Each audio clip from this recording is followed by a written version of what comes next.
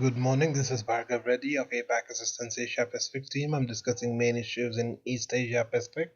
Today it's Friday, 22nd of March.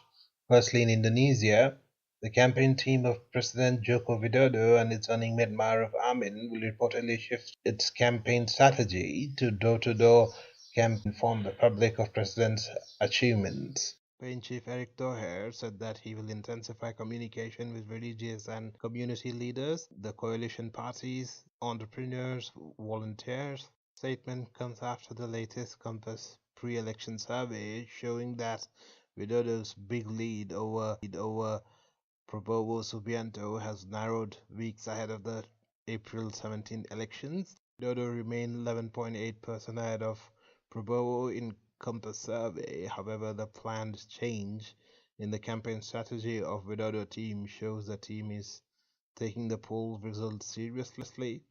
In Thailand will be having its general elections on Sunday, March the 24th. It will be the country's first general elections in 8 years after the military intervention in 2014.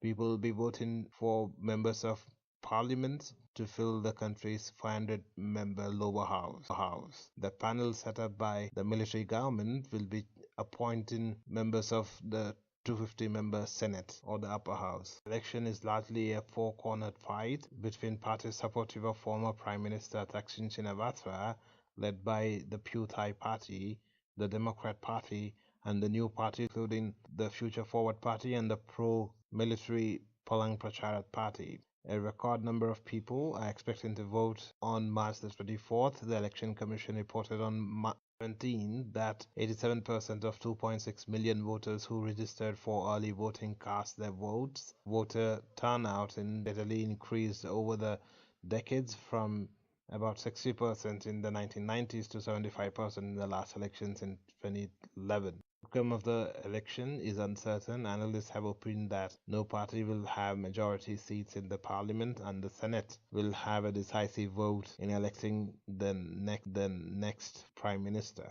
Myanmar's civilian government and the 8 ethnic armed rebel groups that have not signed the nationwide ceasefire agreement issued a joint statement after the collective peace discussions yesterday. The delegates agreed to continue meeting frequently to work towards resolving their political differences and ending armed conflicts. The 8 ethnic rebel organizations will be separately meeting the military in Naypyidaw today. It is uncertain how the rebel groups meeting with the military will go, particularly that of Arakan Army and the Taang National Liberation Army. The Arakan Army is currently at war with the military in the Rakhine state, and the TNLA has threatened to join the Arakan Army.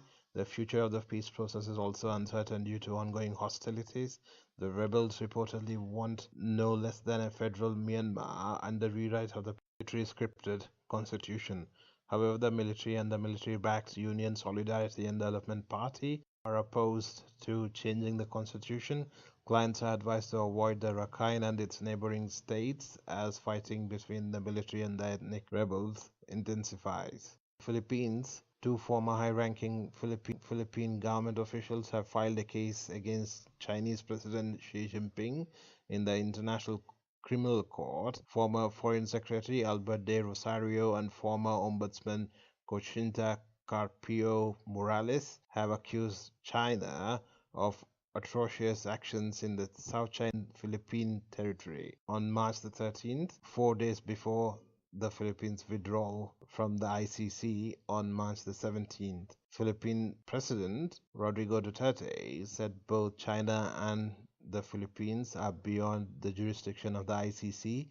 He said the filing of the case will not affect the Philippines' diplomatic relations with China.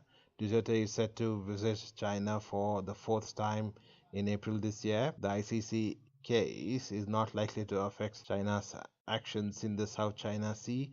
China disregards the ICC and is not a signatory to the Rome Statute, which sets the legal framework for the ICC. In New Zealand Prime Minister Jacinda Ardern has announced an immediate ban on assault rifles and semi-automatic firearms yesterday as part of sweeping changes to the nation's gun laws. The new law was announced after the shootings in two mosques in Christchurch that left 50 people dead and dozens injured on March the 15th. Ardern said another tranche of reforms will cover the firearm registry and licensing. The amendments to New Zealand's gun laws reportedly enjoy popular support. It is hoped that the new laws will prevent another gun violence incident in the country. In China, 6 people were killed and more than 30 others were injured after a huge explosion hit a chemical plant in Yangsheng City in eastern China yesterday. Authorities are investigating the accident. The incident is the latest in a string of industrial accidents in China where safety regulations are often poorly enforced. Authorities are expected to revisit the enforcement of industrial safety laws. Please check us out at www.apacassistance.com, where you can buy our advisories, alerts, and assessments on a pay-per-view basis, or email us at info@apacassistance.com to inquire about our East Asia Pacific or South Asia risk management memberships.